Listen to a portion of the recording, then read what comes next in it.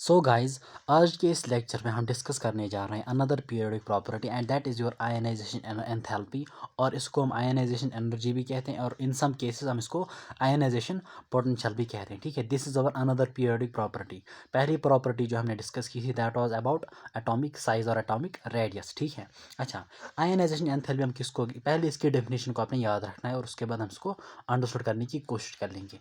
Okay, it is the energy required to remove an electron from an isolated gaseous atom in its ground state। तो simple सी बात है, मतलब यहाँ पे देखो कौन कौन से term important. Gaseous atom is very important. ठीक है, गैसेस एटम देखो there are 3 different state, solid liquid and gas. ठीक है, it is from gaseous atom. और यहाँ पे जो है ना it's ground state, it's not your excited state, so it is the energy required. तो सिंपल सी बात है कि एक इलेक्ट्रॉन को रिमूव करने के लिए फ्रॉम ए गैसेस एटम, उस इलेक्ट्रॉन को रिमूव करने के लिए जो आपको एनर्जी चाहिए, मतलब उस इलेक्ट्रॉन को या उसको आयनाइज करने के लिए, ठीक है, एक एटम को आयनाइज करने के लिए या एक इलेक्ट्रॉन को रिमूव करने या जितने भी इलेक्ट्रॉन्स आपने रिमूव करने होंगे उस एनर्जी को हम कहते हैं आयनाइजेशन एनर्जी। ठीक है, अच्छा अच्छा इस this process is represented by, यानी आयनाइजेशन प्रोसेस जो है ना it is represented by this process, यानी this process represented ionisation process.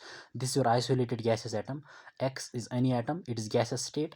जब एक इलेक्ट्रॉन से हम रिमूव करते हैं तो इसके इसके ऊपर क्या आएगा, पॉजिटिव चार्ज। यानी जब हमने एक इलेक्ट्रॉन को रिमूव किया तो इट मतलब इसके ऊपर क्या आएगा, uni positive charge. So this process represents your ionisation. So आपको जो है ना आपने डेफिनेशन को याद रखना, it is the energy required.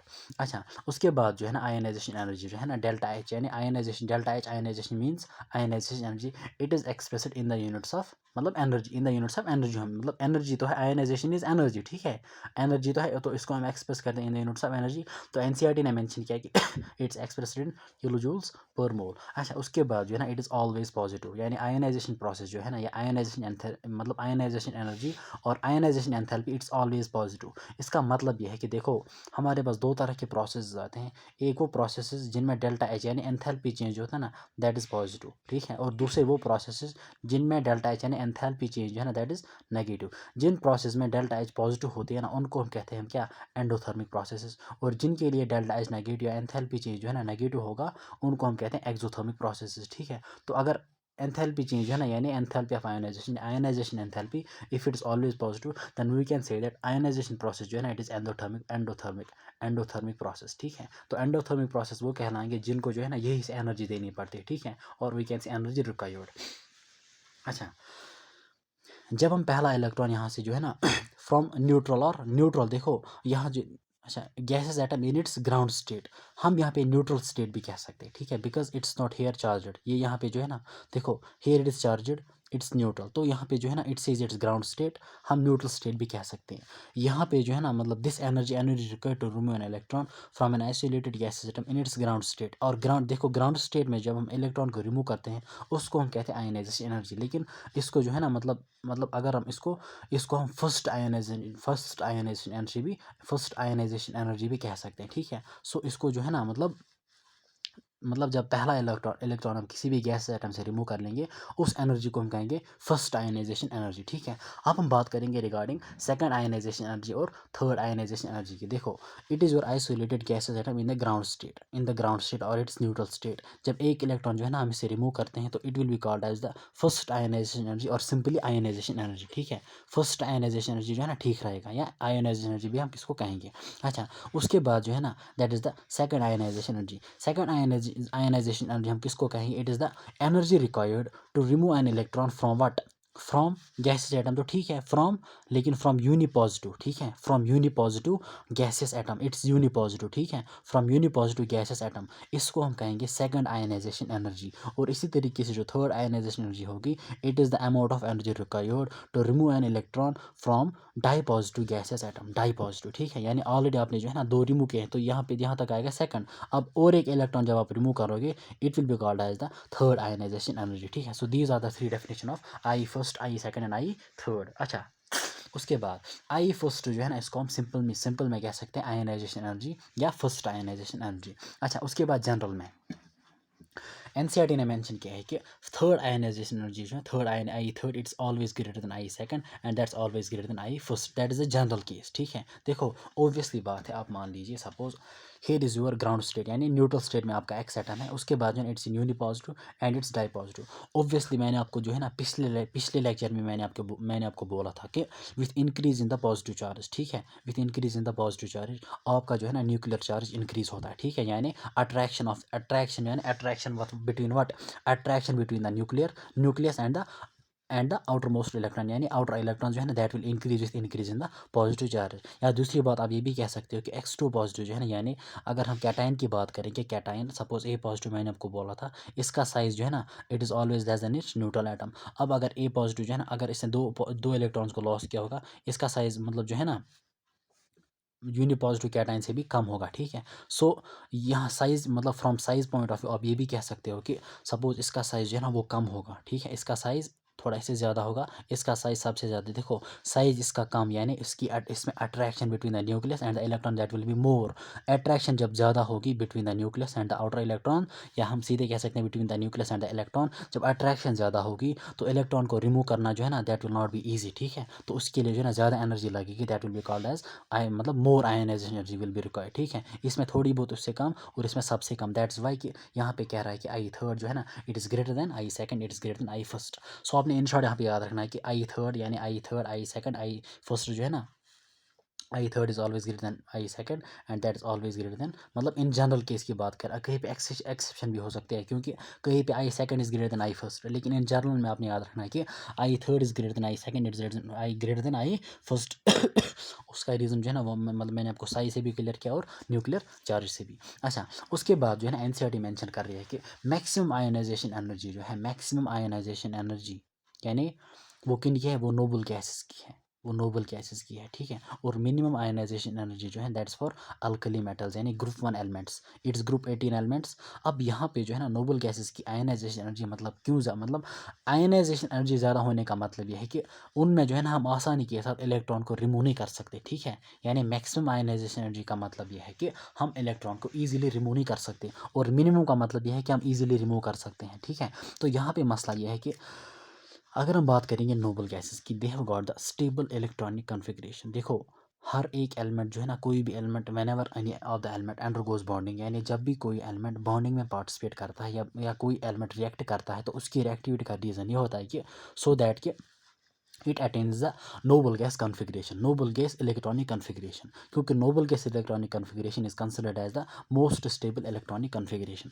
अब नोबल गैसेज जो है, देखो नोबल गैसेज जो है अगर इनके जो है अगर if they have got the stable electronic configuration, तो इनको जो है ना इलेक्ट्रॉन्स ना तो लॉस करने की ज़रूरत है ना तो गेन करने की ज़रूरत है। दैट्स वाई कि they are called as inert gases, they are called inert gases because they are unreactive, उनको रिएक्ट होने की ज़रूरत नहीं है। रिएक्ट होने का मतलब यह है कि या तो इलेक्ट्रॉन लॉस कर सकते हैं या गेन कर सकते हैं, ठीक है। तो उनको जो है ना इलेक्ट्रॉन सपोज यहाँ पे हम आयनाइजेशन की बात करते हैं, तो इनको जो है ना इलेक्ट्रॉन यानी रिमूव करने की ज़रूरत नहीं पड़ेगी या लॉस करने की। अब अगर हम इनमें इलेक्ट्रॉन को रिमूव कर लेंगे तो दैट विल, उसके लिए जो है ना सबसे ज़्यादा आयनाइजेशन एनर्जी लगेगी, ठीक है, मैक्सिमम आयनाइजेशन एनर्जी रिक्वायर्ड। जब आप इलेक्ट्रॉन को देखो यहाँ पे नोबल गैस की बात आ रही है, लेकिन इन जनरल अगर हम बात करेंगे स्टेबल इलेक्ट्रॉनिक कॉन्फ़िगरेशन जो होती है, स्टेबल इलेक्ट्रॉनिक कॉन्फ़िगरेशन, स्टेबल का मतलब कंप्लीटली फिल्ड और हाफ फिल्ड, यानी अगर कहीं पे आपको मिलेगा ना P6 कॉन्फ़िगरेशन और D10 कॉन्फ़िगरेशन और P3 कॉन्फ़िगरेशन और D5 कॉन्फ़िगरेशन, ये जो है ना ये वाली these are completely filled, these are partially और half filled. Completely filled and half filled जो है ना जो ऑर्बिटल्स या सब शेल्स होते हैं, they are considered this electronic configuration. जिस किसी भी एटम में ये वाला केस होगा कि मतलब P6 will be completely field या D10 will be completely field, या मतलब या हम कह सकते हैं कि valence shell electronic configuration, valence shell यानी आउटर मोस्ट शेल में जो इलेक्ट्रॉन्स होंगे, आउटर मोस्ट सब शेल जो है, जब उनमें जो है ना ये वाला केस आएगा या ये वाला केस आएगा, तो हम कह सकते हैं कि this atom has got stable electronic configuration. और जब स्टेबल इलेक्ट्रॉनिक कॉन्फ़िगरेशन आएगी तो इलेक्ट्रॉन को रिमूव करना जो है ना that will not be an easy task, that will be more difficult than from उन मतलब फ्रॉम दोज एटम्स, मतलब in comparison to those atoms जिनकी जो है ना स्टेबल इलेक्ट्रॉनिक कॉन्फ़िगरेशन नहीं होगी। तो हम कह सकते हैं कि नोबल गैसेज या in general those atoms which have got the stable electronic configuration, they have got the maximum ionization energy. अब नोबल गैसेज मान लीजिए सपोज अगर आप बात करेंगे सपोज हीलियम की, helium has got -2, it has got completely filled s subshell. तो इसको जो है ना तो इलेक्ट्रॉन लूज करने की ज़रूरत है, या अगर हम नियॉन की बात करते हैं it's 2s2 2p10 2p6 sorry 2p6, तो आउटर मोस्ट सबशेल जो है ना it's complete field, it's also completely field. तो यहाँ पे जो है ना नियॉन में देखो it's P6 it's completely field. अगर ये P5 होता, अगर ये मान लीजिए P5 होता, या अगर ये अच्छा अगर ये P5 होता तो ये एक इलेक्ट्रॉन को गेन करता, तो अगर ये इलेक्ट्रॉन को गेन करता तो it becomes P6, it becomes stable. या अगर ये P6 यानी अगर ये P6 और S1 होता, यानी P6 और S1 होता, तो ये एक इलेक्ट्रॉन को लूज़ करके P6 बना लेता, यानी स्टेबल बना लेता। सो बिकॉज इसके पास ऑलरेडी P6 है, यानी इसके पास ऑलरेडी P6 है, यानी इसके पास ऑलरेडी स्टेबल इलेक्ट्रॉनिक कन्फिग्रेशन है, so it will not lose. तो यहाँ पे इन जनरल जो है ना कहीं पे भी कोई केस आएगा कि stable electronic configuration, noble case configuration considered as the most stable electronic configuration. और स्टेबल इलेक्ट्रॉनिक कन्फिग्रेशन के लिए या स्टेबल के लिए मतलब फुली फिल्ड और partially filled you need maximum ionization energy. अच्छा minimum ionisation is have got मतलब किन को में है, अल्कली मेटल्स को, because they have got high reactivity. High reactivity यानी इन शॉर्ट आप यहाँ पे याद रख सकते हो कि अगर हम अल्कली मेटल्स की बात करेंगे देयर कन्फिग्रेशन जो है ना Nobel gas configuration that is S1, that's S1 यानी अल्कली मेटल्स दैट्स NS1। यहाँ पे नोबल गैस आएगा, कोई भी नोबल गैस, इट्स NS1। तो जो है देखो they have got only one electron in their outer most shell, तो they will tend to lose this electron to gain the noble gas configuration. जब ये इस एक इलेक्ट्रॉन को लॉस कर लेंगे तो उनकी कन्फिग्रेशन जो है ना that will be equal to noble gas, मतलब they will become more stable. That's why कि देखो अब ये इलेक्ट्रॉन रिमूव करना कितना आसान होगा, because they will tend towards more stability. When they will tend to more to मतलब they will tend to more when they will tend to मतलब towards more stable electronic configuration, तो ये इसको आसानी के साथ रिमूव कर सकते हैं, मतलब इनकी आयनाइजेशन एनर्जी मिनिमम होगी। This is from the electronic configuration point of view. दूसरा पॉइंट अगर हम बात करेंगे अल्कली मेटल्स नोबल गैस को छोड़ के, ठीक है, noble gas have got van der Waals forces. अगर हम अल्कली मेटल्स की बात करेंगे they have got the maximum size in the respective period, ठीक है, नोबल गैसेस को छोड़ के from group 1 to group 17 alkali metals have got maximum size. जब साइज ज़्यादा होगा, ठीक है, जब साइज ज़्यादा होगा तो न्यूक्लियर चार्ज यानी force of attraction between the nucleus and outer most electron that will be less, ठीक है, दैट विल बी लेस। तो आउटर मोस्ट इलेक्ट्रॉन जो है ना उस पर न्यूक्लियस की पकड़ उतनी ज़्यादा नहीं होगी। सो मतलब पकड़ नहीं होगी, इट मीन्स कि वो जो है ना वो इजीली रिमूव कर सकते हैं, ठीक है। सो उनके लिए जो है ना अल्कली मेटल्स के लिए they have got the minimum ionization energy because high reactivity मतलब उसको जो है ना हाई रिएक्टिविटी, और आई कैन से कि दैट मतलब उसका कनेक्शन किसके साथ है, नोबल गैस कन्फिग्रेशन के साथ, यानी इलेक्ट्रॉनिक कन्फिग्रेशन के साथ। या मैंने दूसरा रीजन भी बोला दैट्स अबाउट साइज। अच्छा उसके बाद अलॉन्ग द पीरियड जो है ना along the period ionization energy increases. Along the period ionization energy increase क्यों होती है, देखो मैंने आपको बोला यहाँ पे अगर हम साइज़ के साथ आयनाइजेशन एनर्जी की वेरिएशन को देखते हैं, साइज़ के साथ आयनाइजेशन एनर्जी जो होती है, ionisation energy it's inversely proportional to size. सीधी सी बात है, मैंने आपको बोला कि जब साइज़ ज़्यादा होगा, साइज़ ज़्यादा होने का मतलब force of attraction between the nucleus and the outer most electron that will B minimum, मतलब वो कम होगा, फोर्स ऑफ अट्रैक्शन कम होगा तो साइज़ ज़्यादा होगा। जब फोर्स ऑफ अट्रैक्शन कम होगा तो आउटर मोस्ट इलेक्ट्रॉन जो है ना उसको रिमूव करने के लिए कम एनर्जी की ज़रूरत पड़ेगी। तो साइज़ जितना ज़्यादा होगा उतनी आयनाइजेशन एनर्जी कम होगी, ठीक है। अच्छा अब अगर हम बात करेंगे अलॉन्ग द पीरियड हमने बोला था कि साइज़ डिक्रीजेस। जब साइज़ डिक्रीज़ होगा अगर size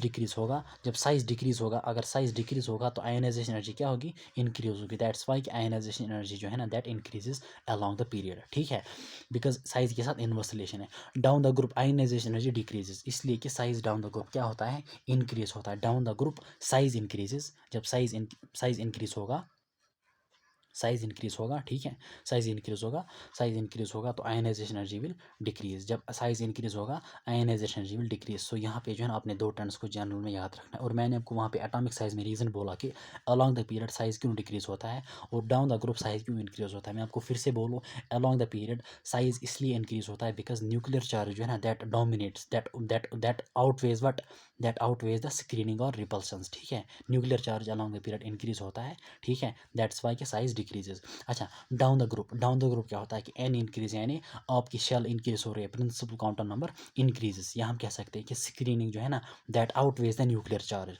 along the period nuclear charge outweighs the screening and down the group due to increase in the value of n screening जो है यानी रिपल्सन जो है ना दे आउटवे द मतलब वो किसको आउटवे किसको करते हैं, न्यूक्लियर चार्ज को, ठीक है। These were the two trends regarding ionization energy. अच्छा उसके बाद कुछ और पॉइंट्स,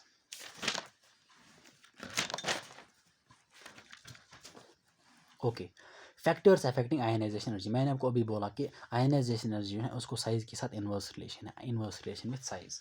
ऑब्वियसली देखो सिंपल सी बात है, साइज़ जितना ज़्यादा होगा अट्रैक्शन जो है ना between the nucleus and the electrons that will be less. जब अट्रैक्शन लेस होगी यानी पकड़ जब कम होगी ओवर द इलेक्ट्रॉन्स, तो उन इलेक्ट्रॉन्स को रिमूव करना आसान होगा, यानी आयनाइजेशन एनर्जी कम होगी। सो साइज जितना ज़्यादा होगा आयनाइजेशन एनर्जी कम होगी। अच्छा, it is directly proportional to Z effective. Simple सी बात है, जितना attraction between the nucleus and the electron ज़्यादा होगा आयनाइजेशन एनर्जी ज़्यादा होगा, यानी इलेक्ट्रॉन को रिमूव करना डिफिकल्ट होगा। यानी रिमूव करना डिफिकल्ट मतलब होने का मतलब ये है कि आयनाइजेशन एनर्जी ज़्यादा लगेगी। ठीक है। अच्छा, it is inversely proportional to screening effect. Screening यानी मान लीजिए इंटर इलेक्ट्रॉनिक रिपल्शन या कुछ भी कहिए, मतलब साइज़ की जो है ना वेरिएशन जिसके साथ डायरेक्ट होगी आयनाइजेशन की एनर्जी की, उसके साथ रिलेशन इनवर्स होगी। ठीक है, this about the screening effect. अच्छा, उसके बाद जो है ना that was about the stability, जो कि मैंने आपको अभी बोला, जो कि मैंने आपको पीछे बोला कि स्टेबल इलेक्ट्रॉनिक कन्फिग्रेशन। देखो स्टेबल इलेक्ट्रॉनिक कन्फिग्रेशन यानी फुली फिल्ड और partially filled electronic configuration. Ionisation जो है ना ionisation energy that is directly proportional to the stable electronic configuration. उसका केस हमने पहले नोबल गैसेस में देखा। दैट्स वाई कि noble gases have got maximum ionization energy because they have got stable electronic configuration. अब स्टेबल इलेक्ट्रॉनिक कन्फिग्रेशन देखो, मतलब it has मतलब इसको रेफरेंस बना लिया गया है कि मतलब बॉन्डिंग क्यों होती है। बॉन्डिंग इसलिए होती है कि सो दैट कि हर एक एलिमेंट जो है ना, हर एक atom it attains the noble gas configuration. ठीक है, तो noble gas configuration it is considered as the most stable configuration. That is why कि आयनाइजेशन एनर्जी नोबल गैस की मैक्सिमम होती है। और यहाँ पे जो है ना P6 is the complete filled, D10 is the complete filled, P3 is the half filled और partially filled, and D5 is the half filled or partially filled. That is the order of stability. That is the order of stability for these four subshells. ठीक है, तो ionization energy का भी यही order आएगा, यानी P6 में जो है ना P6 के लिए ज़्यादा एनर्जी लगेगी as compare to D10, as compare to P3, as compare to D5। ठीक है, लेकिन इन जनरल आपने याद रखना कि it is directly proportional to stable, यानी स्टेबल इलेक्ट्रॉनिक कन्फिग्रेशन में आपने इलेक्ट्रॉन को रिमूव करने के लिए आपको ज़्यादा आयनाइजेशन एनर्जी की ज़रूरत पड़ेगी। अच्छा यहाँ पे मैंने और एक पॉइंट मेंशन किया है कि इसी पॉइंट को the ionization energy values are more in completely and partially filled electronic configuration. यही बात मैंने मेंशन यहाँ पे की है कि आयनाइजेशन वैल्यूज़ कब ज़्यादा होगी, मतलब किन के लिए ज़्यादा होगी, for completely filled and partially filled electronic configuration के लिए। अच्छा, इलेक्ट्रॉनिक कन्फिग्रेशंस को मद्देनज़र रखते हुए जो है ना हमारे पास जो ट्रेंड आ रही है ना, देखो अगर हम जनरल ट्रेंड की बात करेंगे अलॉन्ग द पीरियड साइज़ क्या होता है, along the period ionization energy, along the period your ionization energy increases। देखो हमने बात की थी यहाँ पे कि यहाँ पे हमने बोला था कि आयनाइजेशन एनर्जी जो होती है, ionisation energy along the period it increases, तो it does not increase regularly. ठीक है, कहीं पे जो है ना इरेगुलर ट्रेंड आ रही है, तो हम उसी ट्रेंड को देखो याद रखेंगे and that will be the most important point because that is the exception. ठीक है, देखो अगर हम जनरल ट्रेंड से बात करेंगे along the period your ionization energy will increase। ठीक है, ionization energy along the period it increases। Okay, along the period general trend जो है, along the period जो जनरल ट्रेंड है that is the your ionisation increases, ionisation increase. तो expected order जो है ना, expected order that is this, यानी regular order expect हम कहते थे लिथियम की कम होगी as compare to beryllium will be less than boron will be less than carbon will be less than nitrogen will be less then oxygen will be less then fluorine less than will be neon. This is the expected order. ठीक है, लेकिन this is not the correct order, this is not the correct order because इसमें जो है ना दो complications आती हैं, यानी दो जगह यहाँ पे एक्सेप्शंस आती है। That is between the group second and group 13 elements and another is the between group 15 and group 16 elements. देखो अगर हम बात करेंगे बेरिलियम और बोरॉन की, अगर हम बात करेंगे किसकी, बेरिलियम और बोरॉन की, this is your beryllium, this is your boron, और साथ ही में हम बात करेंगे किसकी, नाइट्रोजन की और ऑक्सीजन की। अगर हम बेरिलियम की बात करेंगे वैलेंस शेल कॉन्फ़िगरेशन, अगर हम बेरिलियम की बात करेंगे, beryllium has got the valence electronic configuration that is overall configuration that is 1s2 because इसका एटॉमिक नंबर क्या है, दैट इज़ 4, इसका 5 है, इसका 7 है और इसका 8 है। ठीक है, अच्छे से ध्यान रखना, it's 1s2 2s2 that's the valence, this is the outer most shell that's called as valence shell. इसके लिए जो है ना that is 1s2 2s2 2p1। ठीक है, 1s2 2s2 2p1। उसके बाद अगर हम बात करेंगे हमें नाइट्रोजन की, it's 1s2 2s2 2p3 3 to 5 to 7 7। ठीक है, इसके लिए क्या आएगा, ऑक्सीजन के लिए इट्स 1s2 2s2 2p4। यहाँ पे आप जो है ना बिल्कुल गौर से बिल्कुल अच्छे से ध्यान रखो। देखो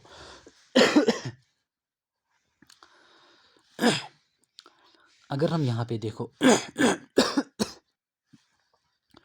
बेरिलियम की बात करते हैं, सपोज अगर हम फर्स्ट आयनाइजेशन एनर्जी की बात करेंगे, first ionization energy that is the energy required to remove the electron from the ground state या न्यूट्रल एटम से। अगर हम फर्स्ट आयनाइजेशन एनर्जी की बात करेंगे, आई फर्स्ट, तो हमने जो देखो यहाँ पे यहाँ से जो है ना, हमने एक इलेक्ट्रॉन को रिमूव करना है, एक इलेक्ट्रॉन को रिमूव करना है from S2 subshell, S2 subshell से हमने रिमूव करना है, और यहाँ पे जो है ना हमने P1 सबशेल से रिमूव करना है, ठीक है। पहले हम बेरिलियम और बोरॉन को कंपेयर कर लेंगे।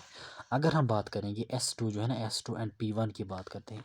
S2 जो है ना, S2 is considered as the more stable as compare to P1, because S2 जो है ना इट्स फुली फिल्ड। देखो अगर हम हीलियम की बात करते हैं ना, हीलियम की, हीलियम हैज़ गॉट 1s2, देखो इसको छोड़ो, वन, इसको वन को छोड़ो, ठीक है, वन इज़ द प्रिंसिपल कॉन्टाउंड। लेकिन अगर आप S2 की बात कर लोगे, S2 जो है ना, S2 इट्स कंसिडर्ड एज मतलब more stable configuration as compare to P1 because of the stable. देखो इन शॉर्ट आपने याद रखना है कि beryllium has got more ionisation energy as compare to boron. तो रीज़न ये है कि because beryllium has got more stable electronic configuration, beryllium has got what, more stable electronic configuration. लेकिन एनसीईआरटी ने कुछ डिफरेंट रीज़न मेंशन किए हैं, वो भी मैं आपके साथ भी शेयर करूँगा, लेकिन इन जनरल आप याद रखेंगे beryllium has got more stable configuration. अच्छा, इसी तरीके से नाइट्रोजन और ऑक्सीजन की बात करते हैं। नाइट्रोजन जो है ना, इलेक्ट्रॉन अपने रिमूव करना है फ्रॉम P3, यहाँ पे भी आपने किससे रिमूव करना है, फ्रॉम P4। P3 जो है ना it's half filled, P4 is not half filled. Half filled देखो यहाँ पे जो है ना, half filled are considered as more stable configuration. तो यहाँ पे भी रीज़न क्या आ रहा है, that is your stable electronic configuration, ठीक है। ये रीज़न एनसीईआरटी ने मेंशन नहीं किया, लेकिन ये मैं आपको ओवरऑल बोल रहा हूँ from stable, from electronic configuration से। तो इन शॉर्ट आपने याद रखना है कि beryllium has got more electronic मतलब मोर आयनाइजेशन एनर्जी, यानी first ionisation is more for beryllium as compare to boron. इसी तरीके से nitrogen has got more as compare to oxygen because of in general stable electronic configuration. या nitrogen के case में आपको कभी रीज़न पूछा जाएगा because of half filled P orbitals या हाफ फिल्ड पी सबशेल, ठीक है, half filled p subshell in case of nitrogen. This is the general reason. तो ओवरऑल ऑर्डर जो है that comes out to be, it is your lithium, lithium is less than beryllium, ठीक है। लेकिन beryllium जो है ना, it has got, beryllium is greater than boron. तो मैंने यहाँ पे मेंशन किया है कि lithium is less than boron, less than beryllium. या हम लिख सकते हैं यहाँ पे, हम ये भी लिख सकते हैं lithium is less than beryllium that is greater than boron, ठीक है। यहाँ तक तो ठीक है। इसीलिए देखो यहाँ पे मैंने इसको फिर उल्टा किया है, lithium is less than boron, less than barium. लेकिन आप इस तरह से भी याद रख सकते हो, lithium is less than beryllium that is greater than boron, that is less than carbon, carbon, carbon is less then what,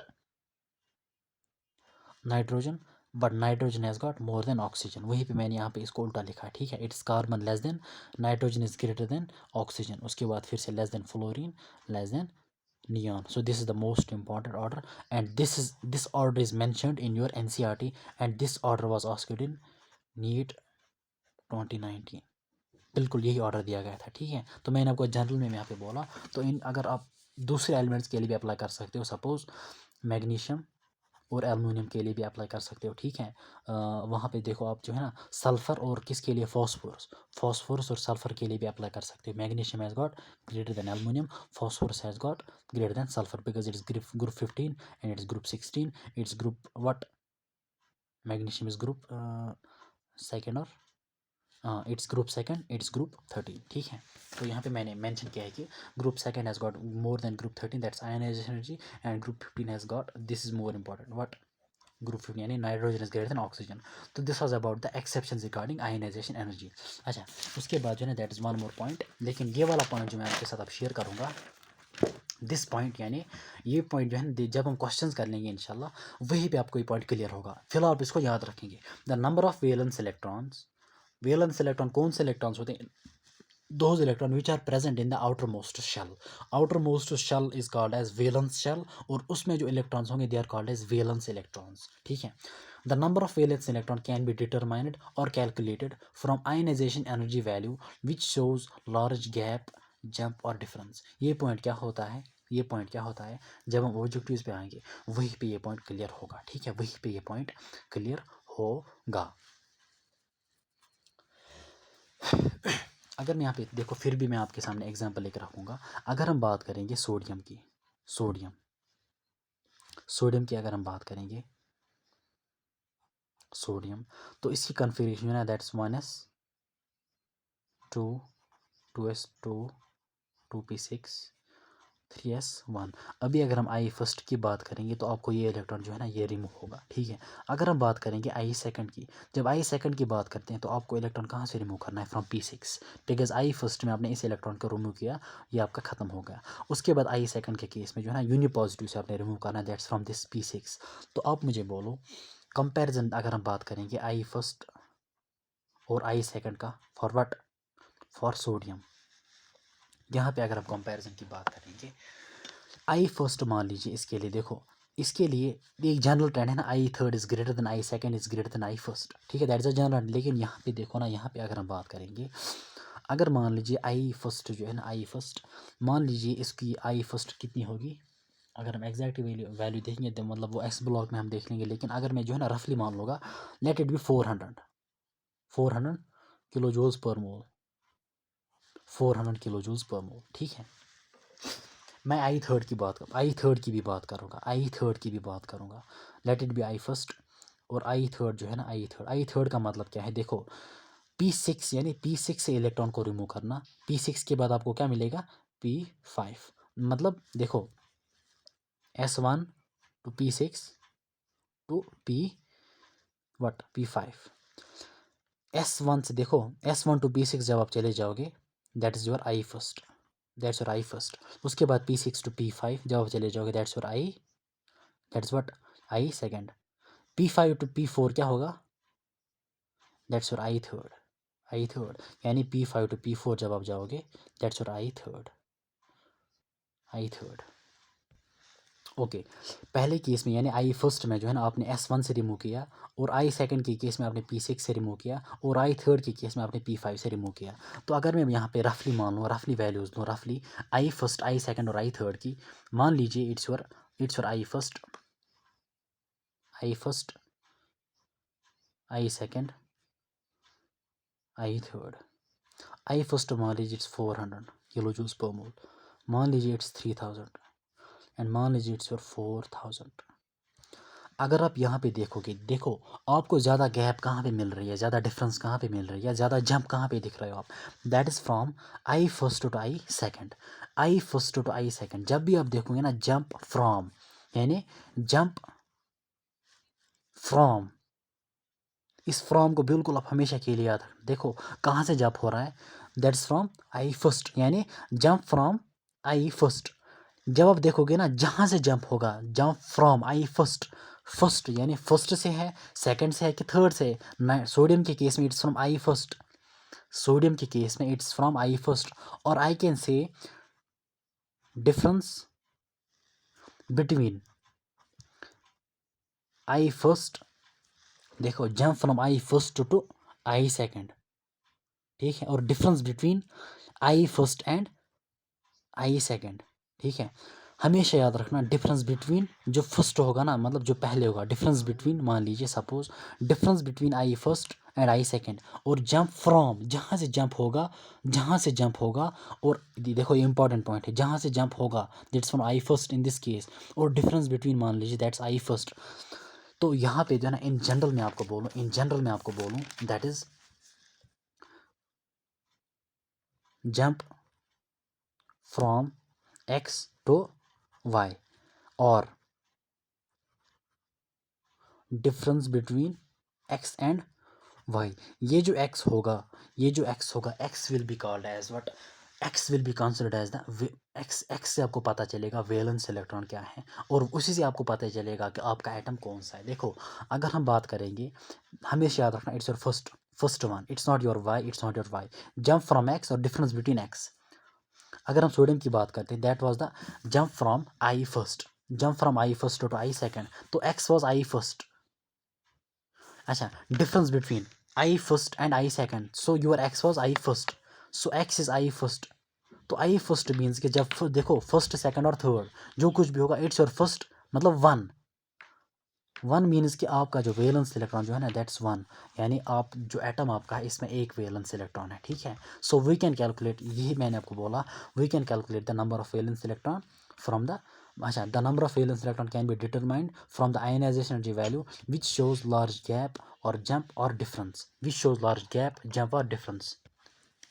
The number of valence electron can be determined from the ionization rate which shows large gap और jump और difference. तो मैंने आपको यहाँ पे बोला जब हम क्वेश्चंस की बात करेंगे तो आपको वहाँ पे जो है ना अच्छे से क्लियर होगा। तो अभी टेंशन लेने की ज़रूरत नहीं है कि ये समझ आया नहीं आया। तो इन शॉर्ट आपने याद रखना है कि जंप फ्रॉम एक्स और डिफरेंस बिटवीन एक्स। एक्स जो होगा अगर आई फर्स्ट होगा तो it will be the valence electron will be one. अगर आई सेकंड होगा तो यहाँ पे दो वैलेंस इलेक्ट्रॉन होंगे। और अगर अगर जंप बिटवीन और jump from difference between I third होगा तो आपके पास तीन वैलेंस इलेक्ट्रॉन होंगे। जब एक वैलेंस इलेक्ट्रॉन होगा वहाँ पे ऑप्शन दिए जाएंगे तो that will be your sodium. जब दो होंगे that will be your magnesium, क्योंकि मैग्नीशियम में जो है ना there are two valence electron because it's your configuration 3s2, इसके 3s1। ठीक है। So these were some important points regarding ionization energy. अब हम जो है ना एनसीईआरटी की बात करेंगे कि एनसीईआरटी ने वहाँ पे क्या मेंशन किया है, लेकिन we are almost done with the most of the points. अब हम एनसीईआरटी के कुछ पॉइंट्स को देख लेंगे।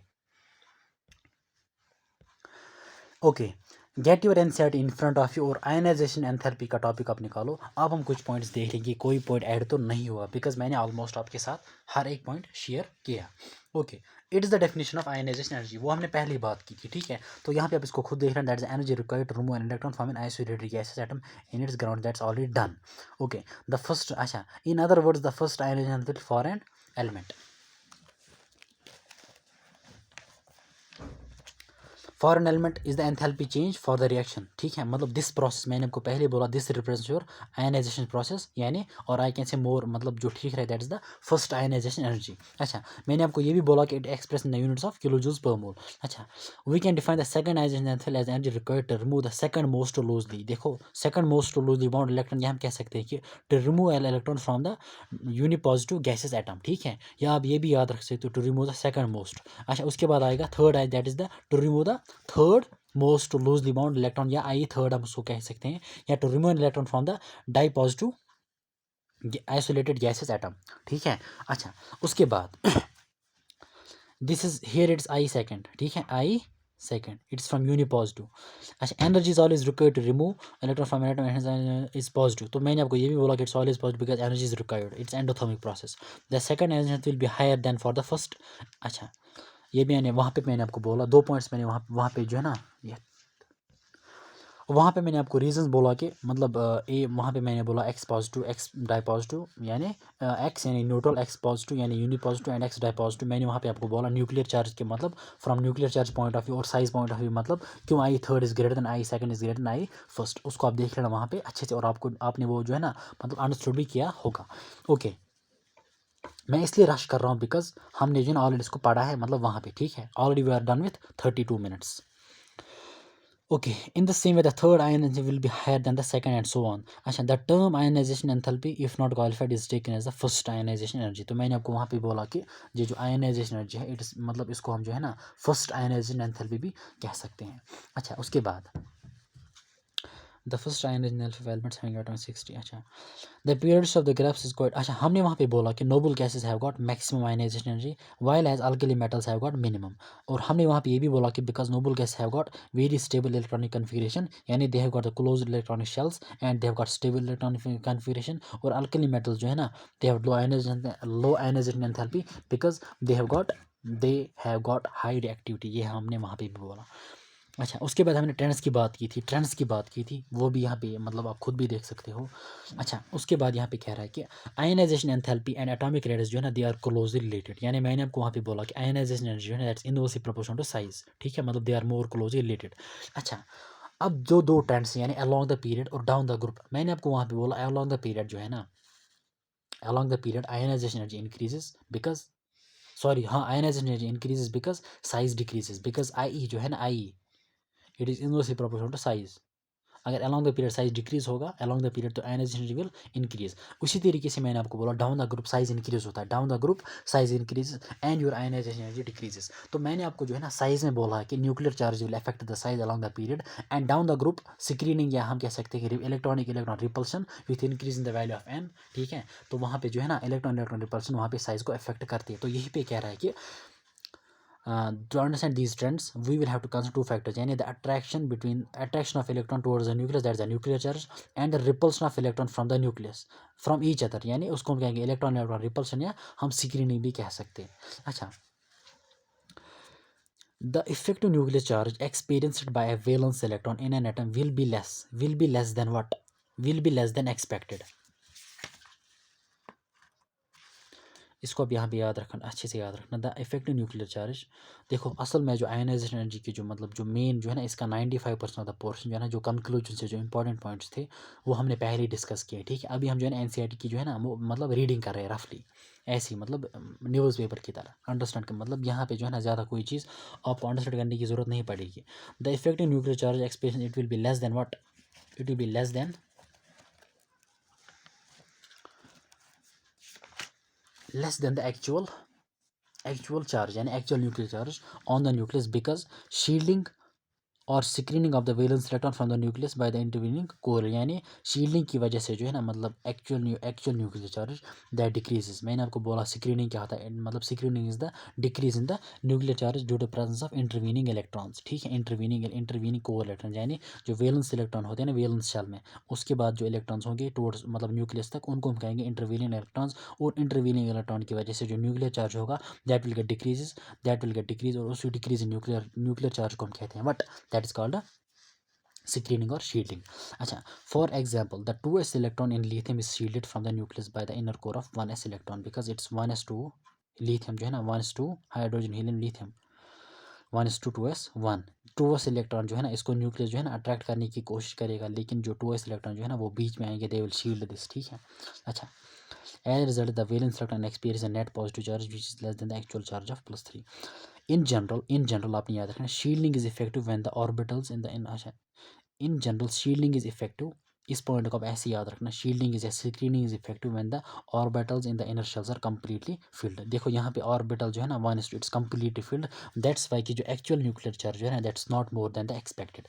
सो शील्डिंग इज इफेक्टिव कब, जब आपके इनर ऑर्बिटल्स इनर शेल जो है ना कंप्लीटली फिल होंगे। अच्छा, this situation occurs in case of alkali metals which have single outermost ns electron preceded by a noble gas electronic configuration। वहाँ पे मैंने बोला कि alkali metals have got noble gas configuration followed by the ns1 यहाँ पे कह रहा है कि यानी ns electron, they have got only one valence electron in the outermost shell, ठीक है। तो क्या है कि their यानी inner orbitals they are completely filled. और यहाँ पे हमने बोला कि shielding is effective when the orbitals are inner shells are completely filled, shielding is effective when the orbitals in the inner shells are completely filled। और यही कह रहा है कि this situation is seen in the alkali metals, ठीक है। अच्छा, that's why कि उनमें जो है ना उतनी ज़्यादा न्यूक्लियर चार्ज नहीं होगी as compare to the actual. तो जब न्यूक्लियर चार्ज ज़्यादा नहीं होगा मतलब अट्रैक्शन कम होगा तो ionization will be less, that's why they have got minimum ionization energy, minimum ionization that's from the nuclear charge point of view, but from reactivity point of view मतलब they have got only one electron, इसको वो आसानी के साथ loose करते हैं, ठीक है। मतलब they react rapidly, that's why they got high reactivity to attain the noble gas configuration. अच्छा, when moving from lithium to fluorine occurs appear the successive electrons at the orbitals in the same principal level and shielding of the nuclear shell by the inner of electrons does not any increment to compensate for the nuclear attraction electron thus occurs speed increase neutral। तो in short आपने याद रखना along the period जो है ना increasing nuclear charge, देखो screening भी increase होती है लेकिन ये जो न्यूक्लियर चार्ज जो है ना इट डोमिनेट्स ओवर शील्डिंग और स्क्रीनिंग, ठीक है। That's why it says that कि nuclear charge outweighs the shielding, ठीक है। दैट्स व्हाई कि along the period size decrease होता है और ionization energy increases. Consequently the outermost electrons held more and more tightly and the ionization, देखो ये यहाँ पे कह रहा है आसानी के साथ, देखो आप खुद भी इसको समझ सकते हो। जब न्यूक्लियर चार्ज ने आउटवे किया यानी डोमिनेट किया तो क्या होगा कि देयर विल बी मतलब जो आउटरमोस्ट इलेक्ट्रॉन जो होगा that will be more and more tightly bound and the ionization energy increase along the period. अच्छा, उसके बाद as electron increasing from nucleus there is an increasing shield of nuclear charge increasing by the electron inner levels in this case increasing out. अच्छा, down the group क्या होता है कि shielding effect या screening या हम रिपल्सन कहेंगे that outweighs यानी that dominates the increasing nuclear charge. That's why कि जब शील्डिंग डोमिनेट करेगी ना, देखो जब शील्डिंग डोमिनेट करती है तो आयनाइजेशन एनर्जी डिक्रीज होती है, जब न्यूक्लियर चार्ज डोमिनेट करता है तो आयनाइजेशन इंक्रीजेस। जब न्यूक्लियर चार्ज डोमिनेट करता है, अच्छे से सुन लो, जब न्यूक्लियर चार्ज डोमिनेट करता है तो आयनाइजेशन एनर्जी इंक्रीजेस, जब स्क्रीनिंग और शील्डिंग डोमिनेट करता है तो आयनाइजेशन एनर्जी डिक्रीजेस। अच्छा, the removal of the outermost electron requires less energy। so this was about the trends along the period and the down the group। अच्छा, उसके बाद कुछ और पॉइंट्स। अच्छा, अब ये बात कर रहे हैं कि इसकी बेरिलियम और बोरॉन की, जिसके बारे में हमने बोला कि दे have got stable electronic configuration, that's why कि वहाँ से जो है ना यानी बेरिलियम से दैट्स गॉट s2 कॉन्फ़िगरेशन, वहाँ से इलेक्ट्रॉन इजीली हम रिमूव नहीं कर सकते, ठीक है, because it has got stable configuration. इसी तरीके से नाइट्रोजन और ऑक्सीजन की बात कर रहे थे हम, nitrogen has got half filled as compare to oxygen, that's why वहाँ पे जो है ना नाइट्रोजन की आयनाइजेशन यानी first ionization that's more than oxygen. अच्छा, अब यहाँ पे हम देख लें कि ये क्या कह रहा है। फर्स्ट आयनाइजेशन था boron, it's slightly less than beryllium, ठीक है, यानी beryllium is greater than boron या boron is less than beryllium. तो यहाँ पे लिख रहा है कि even though the former has greater nuclear charge, देखो it's your lithium, beryllium and boron. हमने बात की है कि अलॉन्ग द पीरियड क्या होता है, न्यूक्लियर चार्ज इंक्रीज या nuclear charge dominates over screening. जब न्यूक्लियर चार्ज इंक्रीज होगा तो हम यहाँ पे कह सकते हैं कि boron has got, boron beryllium boron, boron has got more nuclear charge. देखो बोरॉन का nuclear charge even though it has got more nuclear charge as compare to beryllium, but still beryllium is more. देखो अगर boron का nuclear charge ज़्यादा है because it's is that कि former has got greater nuclear charge, और हमको trend से भी पता चलता है कि along the period your effective nuclear charge increases. तो boron has got more nuclear charge, तो from nuclear charge point of view इसकी जो है ना बोरॉन की आयनाइजेशन एनर्जी ज़्यादा होनी चाहिए एज कम्पेयर टू बेरिलियम। लेकिन यहाँ पे कुछ रीजंस जो है मेंशन कर रहा है। When we consider the same principal quantum number, an s electron is attracted to the nucleus more than a p electron। देखो it has beryllium, it's boron। Beryllium जो है ना आपने इलेक्ट्रॉन को कहाँ से रिमूव करना है, फ्रॉम S2, और बोरॉन जो है ना इट्स फ्रॉम P1। अच्छा S2 इज मोर मतलब क्लोज टूवर्ड्स, मतलब न्यूक्लियस के नज़दीक S2 ज़्यादा है as compare to P subshell. An S electron is attracted to the nucleus more than a P electron, ये तो सही बात है, ठीक है। In beryllium the electron remove during the ionization is an S electron, whereas the electron remove during the ionization of boron that's P electron. ये भी पता है कि आपने P से रिमूव करना है इनके साथ बोरॉन, और बेरिलियम S से। उसके बाद कह रहा है कि the penetration of 2s electron to the nucleus is more than that of the 2p electron, hence 2p electron of boron is more shielded. देखो हमने यहाँ पे ऊपर भी मेंशन किया है कि जो मतलब मैं आपको किस तरह से ये समझाऊँ, penetration of 2s electron to the nucleus is more than that of 2p electron, hence the 2p electron of boron is more shielded from the nucleus by the inner core of electron than the 2s electrons of beryllium। देखो यहाँ पे हमने बोला कि shielding is effective when the orbitals in the inner shells are completely filled, ठीक है, completely filled. अगर हम बात करेंगे किसकी, बेरिलियम और बोरॉन की, देखो this is your beryllium, this is your boron. Beryllium is -2 2s2, boron क्या है, इट्स -2 2s2 2p1। अगर हम बात करें कि यहाँ पे जो है ना हमने 2s इलेक्ट्रॉन को रिमूव करना है, ठीक है, 2s से, यहाँ पे हमने p से रिमूव करना है, तो इट सेज दैट यहाँ पे 2p electron of boron is more shielded. देखो 2p इलेक्ट्रॉन यानी p1 इलेक्ट्रॉन की शील्डिंग क्यों ज़्यादा, because intervening electrons are more, ठीक है, इंटरवीनिंग इलेक्ट्रॉन्स आर मोर। जब इंटरवीनिंग इलेक्ट्रॉन ज़्यादा होंगे तो स्क्रीनिंग और शील्डिंग विल बी मोर। जब शील्डिंग ज़्यादा होगी, देखो हमने बोला कि जब शील्डिंग ज़्यादा होती है तो आयनाइजेशन एनर्जी कम होती है, दैट्स वाई कि इट्स, अब आप यहाँ पे इसको ऐसे याद रखना। लेकिन ओवरऑल रीज़न जो मैंने आपको वहाँ पे बोला that is regarding electronic configuration, because S2 is more stable as compare to P1। लेकिन यहाँ पे आप याद रख सकते हो कि penetration of 2s electron to the nucleus is more as compared to 2p electron, hence 2p electron of boron is more shielded because it has got more number of intervening electrons। because NCERT जो ना ये है हर एक line को explain नहीं करते, ठीक है, मतलब इट जस्ट मेंशंस दैट कि ये है ये है ये है, ठीक है। अच्छा from the nucleus by the inner core of electron than the 2s electron beryllium therefore. अच्छा अब अगर शील्डिंग यहाँ पे ज़्यादा है, इंटरवीनिंग इलेक्ट्रॉन अब ज़्यादा होगी तो शील्डिंग ज़्यादा होगी, तो यहाँ पे आयनाइजेशन एनर्जी कम होगी, मीन्स कि यहाँ पे जो है ना it's easier to remove electron from the boron, ठीक है, from 2p electron as compare to 2s। तो यहाँ पे मेंशन कर रहा है to remove 2p electron from the boron compare to the removal of 2s electron from beryllium.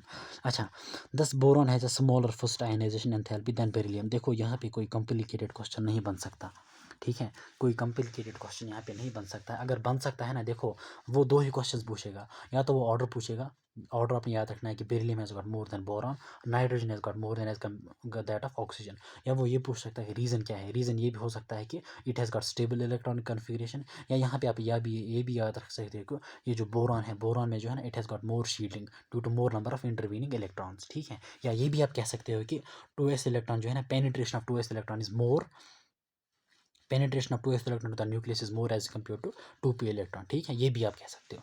अच्छा उसके बाद क्या कह रहा है कि another anomaly is the first smaller first ion oxygen compare to nitrogen, मतलब oxygen has got less than nitrogen. This arises because in the nitrogen atom 3 2p electrons reside in the different atomic orbitals Hounsfield resonance orbitals। देखो यहाँ पे क्या कह रहा है, यहाँ पे ये कह रहा है कि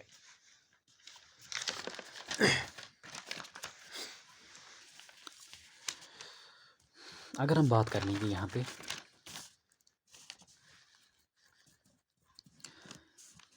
दिस इज नाइट्रोजन, उसकी configuration it's 1s2 2s2 2p3। Oxygen की 1s2 2s2 2p4।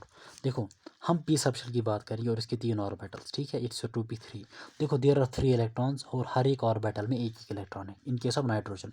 अगर हम ऑक्सीजन की बात करेंगे, एक तो हर एक ऑर्बिटल में एक एक इलेक्ट्रॉन है, लेकिन ये वाला ऑर्बिटल जो है ना, यहाँ पे 2 इलेक्ट्रॉन्स हैं। देखो यहाँ पे 2 इलेक्ट्रॉन्स जो है ना, जब 2 इलेक्ट्रॉन एक दूसरे के ज़्यादा करीब होंगे तो यहाँ पे देखो इस केस में कह रहा है कि there are more inter electronic repulsions. जब मतलब इस फोर्थ, देखो first second third electron, first second third, उसके बाद ये वाला फोर्थ इलेक्ट्रॉन जो है ना, इट एक्सपीरियंसेस मोर रिपल्शन। जब रिपल्शन ज़्यादा होगी, ये देखो मतलब ये इलेक्ट्रॉन जो है ना, मतलब दूर भागने की कोशिश कर लेगा, ठीक है, फ्रॉम दिस ऑर्बिटल। दूर भागने की कोशिश मतलब अगर इसको आप आयोनाइज कर लोगे, बाहर निकालोगे, that will be easy as compare to this, क्योंकि यहाँ पे कोई रिपल्शन नहीं है। यहाँ पे repulsion because of this more number of repulsion, इस इलेक्ट्रॉन को आप बाहर इजीली रिमूव कर सकते, मीन्स कि इसकी आयोनाइजेशन एनर्जी यानी ऑक्सीजन की ionization energy, first ionization energy, it will be less than that of nitrogen. और एनसीईआरटी ने यही मेंशन किया है कि आप इसको इसी तरीके से याद रखेंगे। लेकिन मोर जो है ना, मोर जो valid reason that's regarding the, it has got P3 configuration that's more stable, और इसके it has got P4 configuration, that is the more valid reason. लेकिन एनसीईआरटी है, इसको आपने यहाँ पे याद रखना है। देखो 3 2p electrons, 3 2p electrons, suppose